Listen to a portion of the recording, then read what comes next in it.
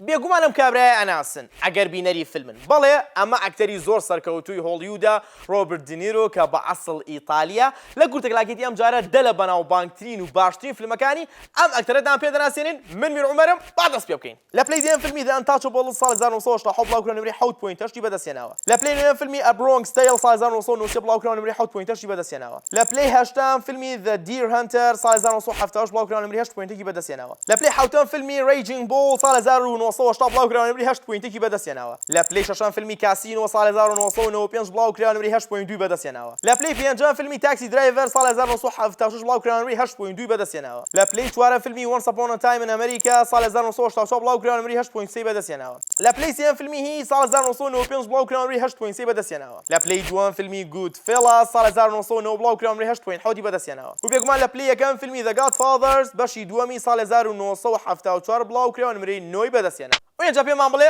ڕای تۆ دەربارەی فیلمەکانی ڕۆبرت دینیرۆ چییە؟ چەندێک لەم فیلمانە بینیوە لە کۆمنتەوە بنووسە بەڵام لای دەگەن لایکیان بڕگێکەن و لە هاوڕێکانتان شێرگەن و فۆڵۆی هەژمار لە یاد نەکەن من میر عومەرم لە گورتەکلاکێتەوە سەلام عەلیکوم